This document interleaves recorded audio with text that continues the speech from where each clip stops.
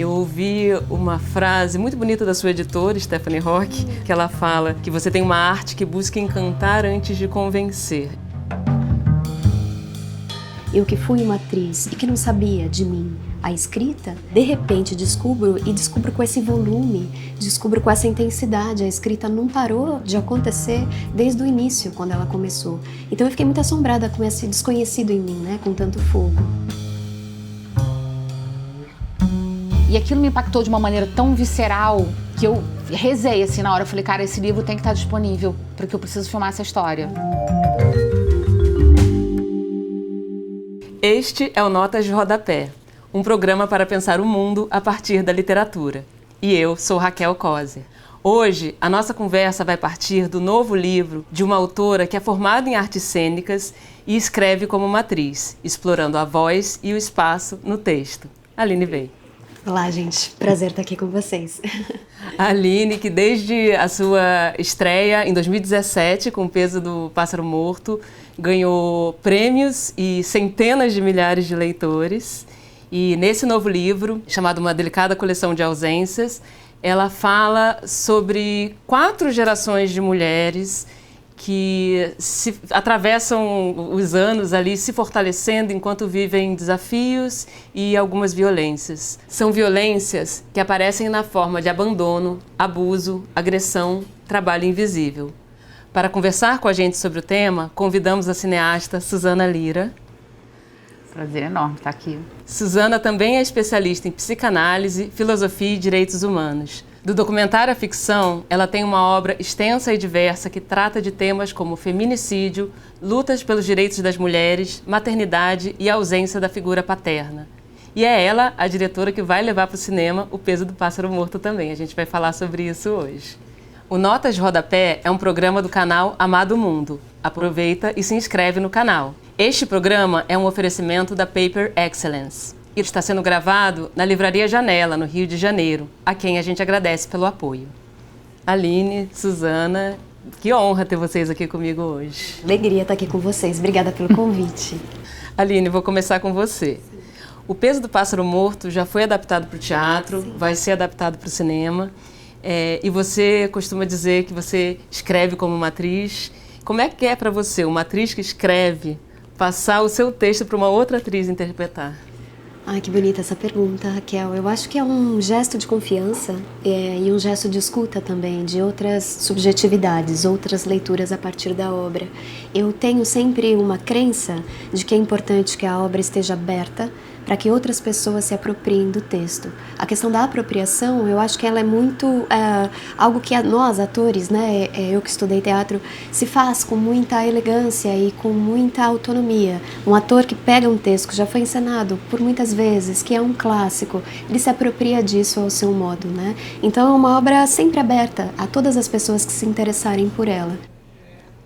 Suzana, eu queria saber como é que foi esse encontro. Vocês têm as obras são parecidas ali. Como é que foi esse encontro e em que pé tá esse filme?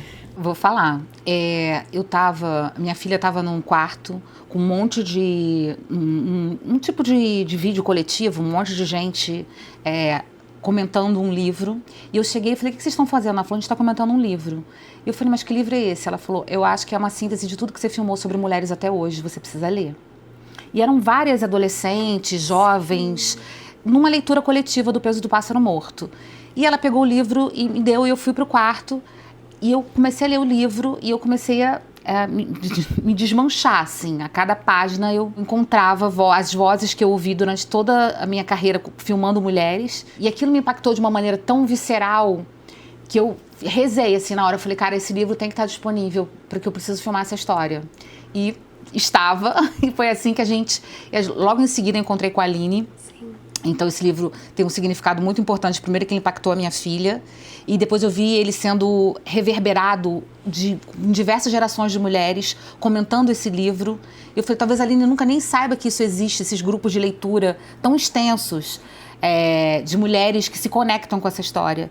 E eu acho que, como parte da minha filmografia, assim, eu falo, cara, eu acho que esse é o presente que eu me dou, é poder filmar O Peso do Pássaro Morto. A gente tem a primeira versão do roteiro, a gente conseguiu agora um aporte da Ancine para desenvolver completamente o projeto. Então eu acredito que pelo menos em 2026 a gente vai estar filmando para valer. Ai, que delícia. Ai, que ansiedade. Para sair num ano ímpar, né? Que a Aline gosta de anos ímpares. Eu gosto de anos ímpares. E é muito impressionante porque as pessoas vão chegando através, não de mim, através do impacto que o livro teve na vida delas. Eu acho isso tão importante. Interessante. Esse é um poder que a Aline tem mesmo de impactar as pessoas. Não à toa virou esse sucesso, que virou, todos os livros viraram, né? E você, Aline, você tem essas pequenas obsessões, né? Você tem temas que voltam, e tanto que agora você chama Uma Delicada Coleção de Ausências do último livro de uma trilogia involuntária. Verdade. Queria que você falasse sobre essas obsessões. Quando eu comecei a escrever O Pássaro, eu sabia pouco de quem eu era quando escrevia, porque eu estava escrevendo até ali há quase 10 anos, mas textos mais curtos sempre, e eu nunca tinha olhado com profundidade para o que eu escrevia. Eu estava tão assombrada com o gesto da escrita em mim, eu que fui uma atriz e que não sabia de mim a escrita, de repente descubro com esse volume, descubro com essa intensidade. A escrita não parou de acontecer desde o início, quando ela começou. Então eu fiquei muito assombrada com esse desconhecido em mim, né, com tanto fogo. E fiquei escrevendo. Quando eu fiz a Oficina do Marcelino, em 2016, que eu comecei a olhar para os meus assuntos, até por uma orientação dele, né, para tentar formar um livro de contos. E eu comecei a perceber o quanto a minha escrita era cíclica, o quanto eu voltava aos mesmos assuntos, às vezes por um outro ângulo, às vezes não, mas com símbolos muito potentes, como o próprio símbolo do pássaro, né, que depois acabou se tornando até o título do meu livro, mas outros também, a questão da borboleta, a questão da perda, a questão do corpo feminino, do envelhecimento, do tempo, da infância. E aí, ao invés de achar que eu deveria mudar, escrever sobre outras coisas, eu fui de encontro a isso, porque eu também tive uma intuição de que a escrita é alguma coisa que a gente precisa fazer, e tá tão envolvido por ela ao ponto de entrar no fluxo e se perder nele, né? Então eu fui de encontro a isso, e O Pássaro nasceu dessa observação. Quando eu terminei O Pássaro, eu fiquei muito com os olhos do Lucas em mim, que é o filho, né, da protagonista. E o Lucas, ele tinha uma perspectiva de esquina no livro, né? A gente não acessa a emoção dele. Ele é um filho que não é amado pela mãe, não é visto pela mãe. Não sei se ele não é amado, mas ele não é amado da maneira como ele gostaria. Isso o incomoda, isso o dilacera, e eu fiquei com essa perspectiva do filho, e foi dessa forma que eu escrevi Pequena Coreografia do Adeus, trazendo aí para uma protagonista, né, essa emoção do Lucas, porque eu tenho um interesse pleno de trazer protagonistas para as minhas histórias, e então comecei a história da Júlia Terra a partir do Lucas. E na Júlia Terra, na história da Pequena Coreografia do Adeus, tinha uma questão da Júlia com a avó. A avó era uma grande imaginação para ela, porque ela teve pouco contato com a avó, porque a avó dela tinha muito problema com a mãe, então uma questão geracional que já estava no ciclo do meu livro, e a partir dessa semente eu criei Uma Delicada Coleção de Ausências. Então eu chamo de involuntária porque num primeiro momento há uma cegueira, e eu vou percebendo depois o quanto cada coisa é feita da outra, né, numa espécie mesmo de boneca russa. Muito bonito. Suzana, você também tem suas obsessões cinematográficas, né? Me conta um pouquinho sobre isso. Eu acho que as minhas inquietudes vêm muito do que eu vivi também em casa, né? Eu sou criada por vó, sim, filha de uma mãe sozinha, que teve teve 3 filhos, um filho de cada pai, e nenhum desses pais foram presentes. Então, essa invisibilidade da mulher, essa luta constante, essas violências, as ausências e perdas, fizeram parte da minha infância e juventude. E eu tenho uma filha mulher, então eu acho que essa inquietude vem muito de dar voz e dar luz, iluminar essas sombras. Eu acho assim, como a Aline, né? A gente vive a experiência de ser mulher nesse país. Eu acho que o mundo, de forma geral, a gente não tem como. Às vezes eu faço outras coisas para além dos protagonismos femininos nos filmes, mas eu estou sempre no meu lugar de catarse, o meu lugar onde eu me realizo é filmando mulheres e filmando histórias de mulheres. Eu acho que tem muito a ver com a minha própria história. E Aline, você falou da questão da avó, né, que era importante, mas aí você foi lá e já fez logo 4 gerações, achei isso interessante. E uma coisa que me chamou a atenção é que são 4 gerações só de mulheres. Sim. Isso já estava, quando você começou a escrever, já eram só mulheres ou isso foi se desenhando? Foi se desenhando, foi a primeira coisa que surgiu nesse livro foi a Margarida, né, a avó. Inclusive, ela veio antes dessa semente que eu trouxe da Delicada. Já estou confundindo todo o nome dos meus livros, que é Pássaro, Delicado e Pequena. Tô igual mãe mesmo, né, que chama um filho pelo outro. Mas quando eu estava escrevendo a Pequena, teve essa semente que eu contei da avó para vocês. Mas em 2019, numa versão da Pequena ainda anterior a essa que foi publicada, eu estava em Buenos Aires e eu vi uma mulher numa praça. Eu, na verdade, não vi ela por completo, ela estava de costas, mas era uma mulher que estava com uma mesa de plástico na praça e, inclusive, uma toalha de flores. Parecia que ela estava no ambiente de casa, mas ela estava num espaço público. E tinha uma tabuleta ali na mesa escrito Lei Humanos. E eu fiquei muito impressionada com isso. Eu não sei exatamente porque eu não sou uma pessoa de oráculos, apesar de respeitá-los e gostá-los, talvez por isso eu não saiba direito o que fazer se alguém me avisar o que vai me acontecer no futuro, mas eu tirei uma foto dela de costas ali e fiquei com essa grande impressão de personagem. Eu acho que a Margarida começou a nascer naquele momento. O nome veio também logo, e aí quando eu estava escrevendo, então, a Pequena, veio essa questão da avó e eu pensei, bom, a Margarida vai ter uma neta e vai ter essa relação de avó e neta que eu quero trabalhar. E aí, conforme eu fui avançando, eu comecei uma pós em escritas performáticas na PUC-Rio e a minha professora Adriana Maciel, que é uma artista maravilhosa e editora também, ela tem a editora Numa, a gente estava na oficina de escrita dela e ela fez uma proposta de exercício que era pra gente escrever num presente contínuo, que a gente usasse o verbo só no presente.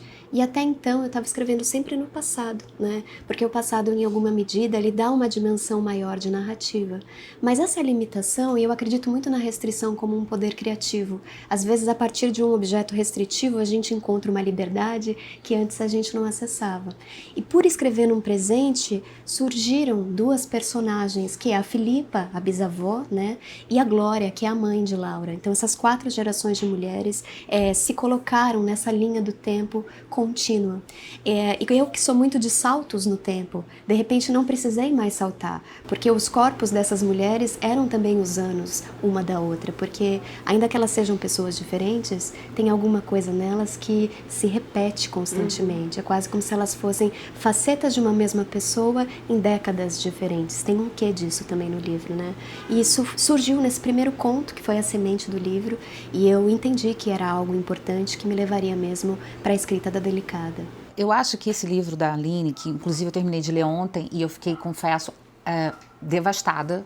Devastada não no sentido ruim, tá? Sim. No sentido de que várias coisas que eu achei que estavam cicatrizadas vieram à tona e é importante a gente olhar para elas de novo.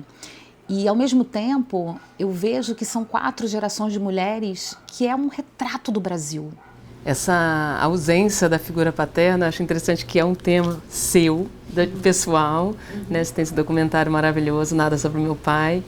E também no livro tem isso, assim, por motivos diferentes o pai não está lá. Porque ele morre, porque normalmente a mulher vive mais que o homem, porque ele nunca esteve, enfim.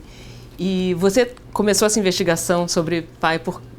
Acho que você começou entrevistando outros filhos e em algum momento você entendeu que você queria contar a sua história. E esse material com os outros filhos que buscavam os pais virou uma série do GNT, né? Em nome do pai, né? Exato. Em busca do pai. Eu já até confundo também, tô aqui ligada. Então é normal. Eu queria te ouvir sobre as conclusões que você chegou nessa sua, porque é interessante, assim, histórias só de mulheres. Queria te ouvir sobre essas conclusões. Eu acho que tem uma questão brasileira que, assim, quando os portugueses chegam aqui, eles engravidam as indígenas e os mamelucos não são nem indígenas nem europeus. E a gente já nasce ali uma espécie de povo que meio... sem essa figura paterna presente. Quem fica é a mãe que cuida. Depois eu acho que com a vinda dos negros africanos para o Brasil, nasce a figura do filho bastardo, que é o pai tá ali no engenho, né? Você sofre, a mulher negra sofre a violência, engravida, e o filho, que não é nem negro, nem o dono da casa de engenho, né? Ele fica vendo aquele pai à distância. Eu acho que isso um pouco define o Brasil de alguma maneira. Até essa necessidade nossa de ter políticos paternalistas. Sim. A gente está em busca do pai constantemente. Isso se reflete, eu acho, que em toda a sociedade. Assim, quando eu comecei a pesquisar a ausência paterna, eu fiz um trabalho voluntário no Degase, que é em São Paulo a Fundação Casa, e 95% das pessoas que estão ali não conheceram o pai, não tem esse registro do pai. Você foi nas prisões, então isso é um dado que afeta a realidade brasileira de uma maneira muito profunda. Sim. E não somente nesses lugares de violência extrema e de escassez, mas também nas nossas vidas, porque a figura do pai ela foi extremamente fragilizada, tanto que chegou um momento que a filiação era só o nome da mãe, você não precisava botar o nome do pai, para dar uma amenizada nisso. Eu já era numa época que tinha pai desconhecido e depois mudou para só o nome da minha mãe. Só que, quando você tira a importância do pai dali, você não ameniza o problema social que existe, a sobrecarga das mulheres em relação à criação dos filhos. Eu acho que a gente, como nação, ainda não amadureceu politicamente, socialmente, porque a gente está em busca dessa figura até hoje. E a gente naturalizou uma sobrecarga das mulheres absurda. O homem que vai embora, que ele não cuida do filho, faz parte de um comportamento social tolerável. A mulher que abandona, ela é a bruxa, ela passa no Jornal Nacional dizendo que a mãe abandonou o filho na rua. A gente precisa começar a pensar sobre isso como sociedade. Isso não é um problema só das mulheres sobrecarregadas, dos filhos que não têm pai. Quando a gente fala que dos índices de violência, isso afeta todo mundo, os índices sociais de um país. Então é responsabilidade nossa cuidar desse assunto e trazer, fortalecer a figura do pai, e não fragilizá-la, sabe? Sim, como um alívio para as próprias mulheres.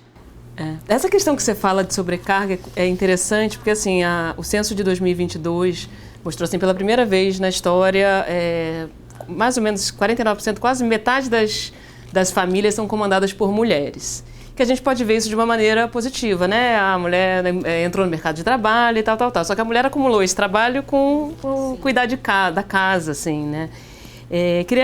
Você já comentou um pouco dessa... Eu queria te ouvir, Aline, sobre isso, assim, sobre como é que você vê o fato de mais mulheres estarem no comando da casa, assim, é empoderamento, é sobrecarga e...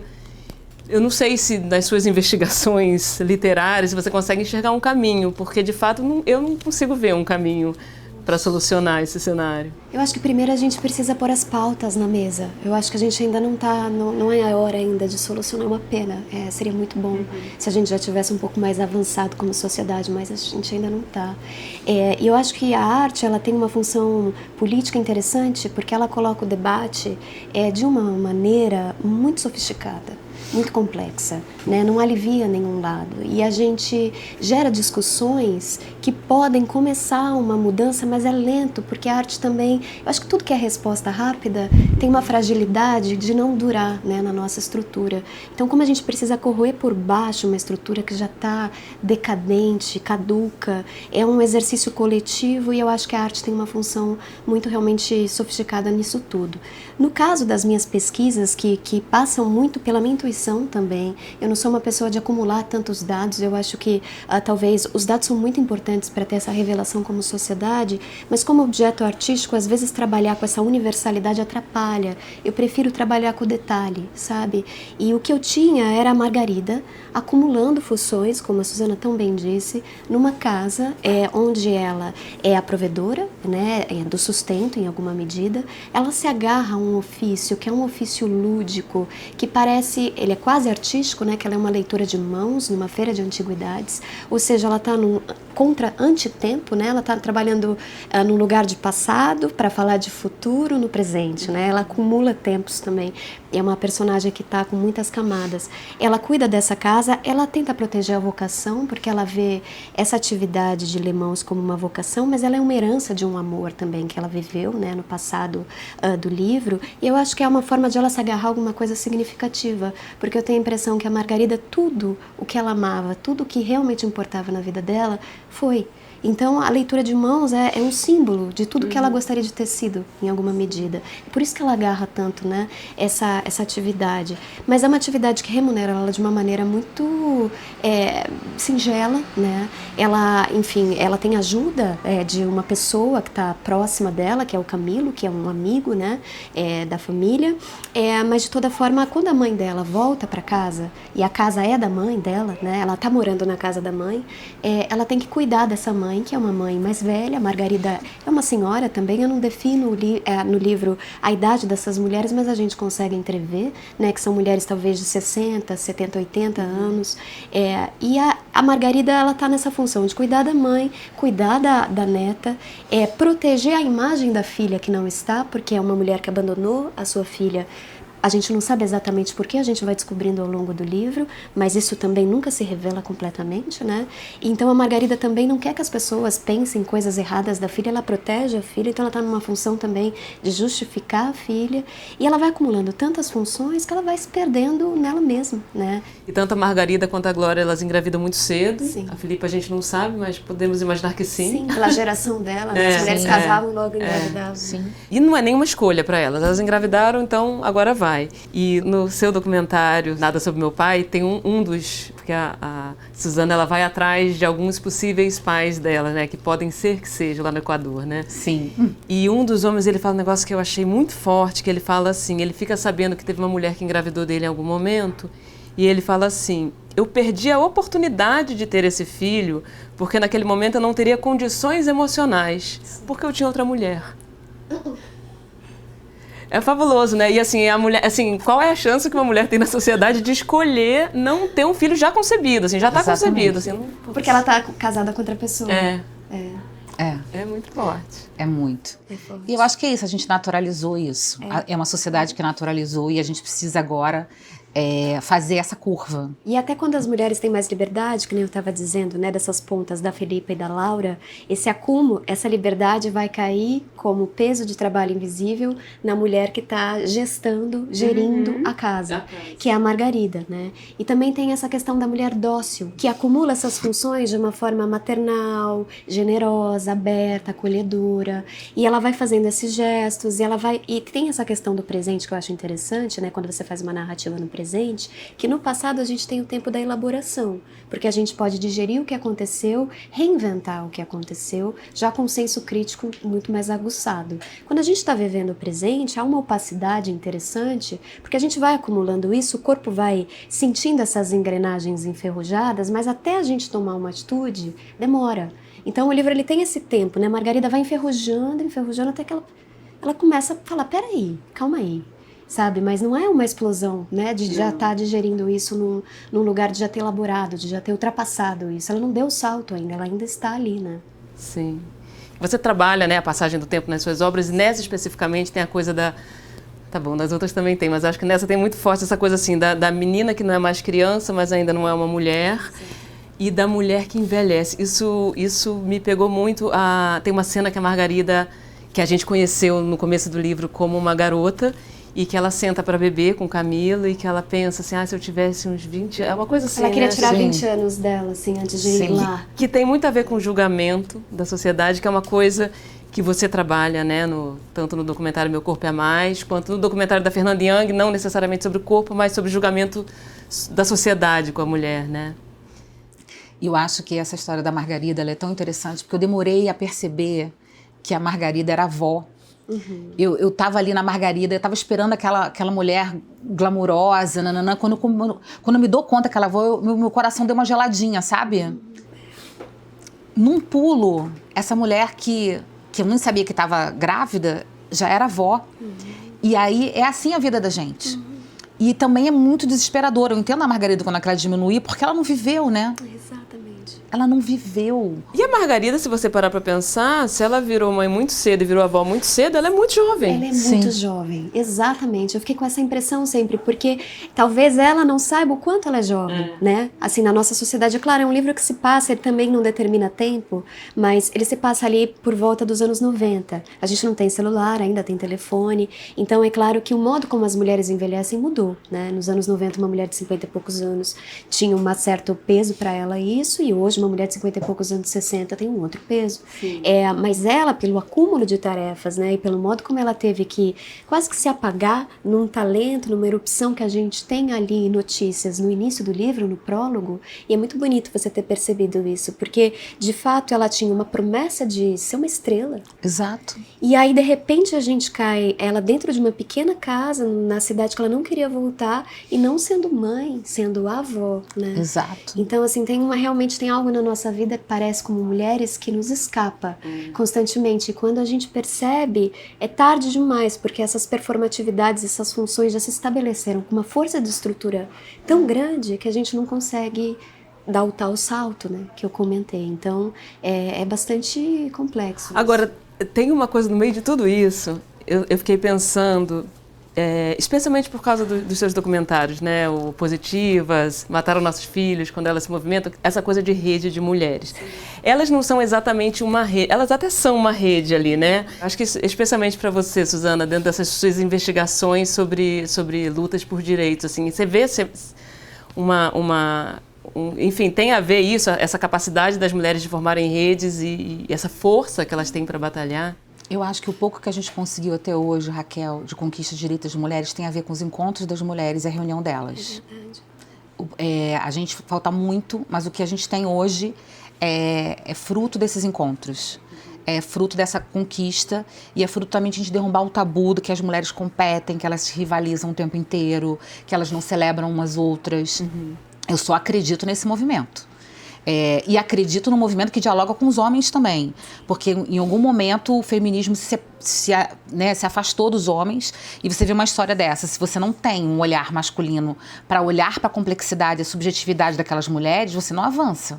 E você acha que você tem o livro, o tempo todo tem um cara ali, muito gente boa, ajudando. E aí eu acho que você precisa realmente trazer esses homens para dentro dessa conversa. Uhum. Mas primeiro a gente precisa se juntar. Sabe que eu lembro de uma coisa muito sutil, que quando eu era adolescente, assim, eu lembro muito de ter... Sempre tinham algumas meninas ali na sala que falavam, mas mulher é chata, eu prefiro muito mais ter amizade com homem. E hoje em dia você não vê as meninas mais jovens falando isso. Hoje em dia tem esse orgulho de ter amizade com mulheres, né? Já é um avanço. Total. Não, as meninas estão em outro ponto. Eu acho que essa quarta onda do feminismo, ela vem de uma maneira educando, inclusive, muito a nós, sabe? Assim, a gente percebendo coisas que às vezes a gente naturalizou.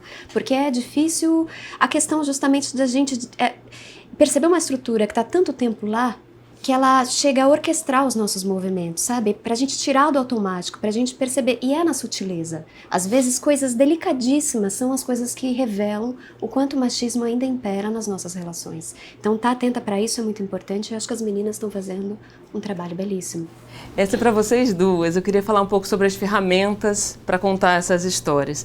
Eu ouvi uma frase muito bonita da sua editora, Stephanie Rock, numa entrevista que ela fez com você, que ela fala que você tem uma arte que busca encantar antes de convencer. Eu achei isso maravilhoso.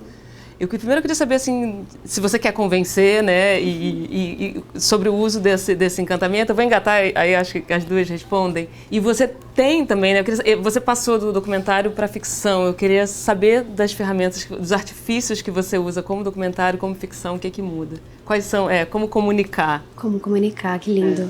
É um desafio, eu acho, essa questão do convencimento ela é importante, porque se a pessoa que está lendo não entrar no teu jogo, e é claro que não é todo mundo que vai entrar, porque a gente não entra em todos os jogos, né? Tem certos lugares que a gente vai, tem outros que a gente não vai, e tá tudo certo, mas a pessoa que for cúmplice do texto, ela tem que sentir que ela tá num espaço onde ela pode confiar naquela história, e aquela história ela faz sentido naquele universo. Essa é a verossimilhança, né? Dentro daquelas leis que vão sendo estabelecidas no próprio fazer do livro, aquela pessoa não se sente traída, né? Ela não sente que ela foi, de certa forma, passada para trás, dentro das regras daquele jogo. Então, é tudo tão coletivo, né? Que daí essa questão do encantamento, se a pessoa já está dentro e ela se sente encantada com uma situação, com um personagem, com um detalhe, é porque, de certa forma, também ela está convencida de que aquela atmosfera existe, é uma realidade e que dialoga com a realidade dela em algum lugar, né? Eu acho assim, eu sou forjada no documentário com essa realidade que eu bebi e acho que eu vou ser documentarista até o fim. Mas chegou um momento em que eu achei que também me colocaram esse rótulo de documentarista e que eu não podia fazer mais nada, e eu acho que faz parte desse movimento libertário. Acho que o livro da Aline é um livro que me levou muito para esse lugar, porque as outras coisas que eu tinha feito de ficção eram muito baseadas na realidade. sobre pesquisas que eu tinha feito. E aí o livro da Aline me traz uma poética profunda com temas que me inquietam. E eu falei, eu acho que eu posso ir para a ficção e elaborar ali um outro cenário para mim, criar outras paisagens sonoras e visuais para aquilo que eu continuo acreditando que é a coisa mais importante de se falar. E acho que a ficção agora me traz ainda um outro lugar, que é um lugar de traduzir para a ficção algo que é profundamente real, né? Então, sigo nessa toada. Para encerrar, o mote, né, a ideia do programa é pensar o mundo a partir da literatura. Queria saber se vocês teriam indicação de algum livro que fez vocês pensarem o mundo de maneira diferente. Nossa, que difícil, porque são muitos livros, né? Dá um mais recente. Dá mais recente. Cara, vai parecer... Eu não tô conseguindo pensar em nenhum outro livro a não ser o livro da Aline. Que eu terminei de ler ontem, gente. Desculpa. Não tem condições. Eu acho que é um livro que... Eu acho que eu vou falar do livro da Aline, sim. Desculpa vocês, que eu não tenho outro aqui para colocar. Tem 1000 outros que eu li, que eu acho maravilhosos. Mas eu acho que é um livro urgente para o momento que vivemos hoje. Por favor, leiam e façam grupos de leitura e clubes de leitura. Eu acho que é um livro que vai me deixar pensando aí há algum tempo sobre ele. E eu já quero esse livro. Enfim, eu acho que ele me colocou numa outra perspectiva que eu não achava capaz de juntar 4 gerações com temas tão complexos num lugar. Então eu tô digerindo ele ainda. Então esse é o livro que eu acho que me abriu um horizonte que eu não imaginava ser possível dentro da dramaturgia e da literatura de uma forma tão potente. Então, esse é o livro que... Você já tem um texto de quarta capa para a próxima edição. Meu Deus, ainda bem que tá gravado. Depois é só transcrever. Obrigada, Melina. Não, imagina. Eu acho que eu vou falar de um conto e de um livro, que foram muito importantes para a criação da Delicada. O conto é A Cartomante, do Machado de Assis, que foi lido e relido e copiado, assim, no sentido do caderno mesmo, de escrever certas partes. Porque tem uma construção, o Machado, ele é um autor incontornável e ele sabe criar ambiguidades nos personagens, né? E quando a gente sente que pode confiar e a gente confia, de repente alguma coisa se rompe e a gente é atraído junto com o personagem ali, né? E essa personagem da Cartomante me ajudou tanto na construção desse oráculo, né? Desse fazer da Margarida de leitura de mãos, que não é nem saber se ela é mesmo leitora de mãos, se é possível mesmo ler mãos, se isso é uma verdade sobre a nossa vida, se há destino, mas muito mais dessa construção lúdica entre duas pessoas, um desconhecido de frente do outro, e esse desconhecido poder te dizer uma coisa que você leva aquilo tão a sério que você é capaz de tomar decisões a partir daquela verdade que foi posta na mesa. O que há nessa personagem que a gente confia tanto, né? Que ela é capaz de dizer e ser um guia para as nossas decisões, assim, que espécie de presença é essa, né? Que poder, porque a Margarida que está encerrada numa rede de acúmulo de trabalhos, de poder que sobrepõe ao dela, ela tem um que é esse, e que ela quer fincar os pés nisso, não quer abandonar, que é dizer para o outro o que é a vida, né? Que é uma grande pergunta. Então acho isso muito bonito da Margarida, então me alimentei muito da Cartomante do Machado, e um outro livro que é importante demais para mim e sempre para todos nós, que é A Hora da Estrela, da Clarice Lispector, que tem também essa figura da vidente no final, que me orientou muito nessa jornada. Muito bom. Gente, podia ficar por horas ouvindo vocês. Infelizmente, a gente tem que encerrar. Foi um prazer ter vocês aqui nessa conversa deliciosa. Queria agradecer vocês também que ficaram até o final aqui com a gente. Não se esqueçam de se inscrever no canal Amado Mundo e vejo vocês no próximo Notas de Rodapé.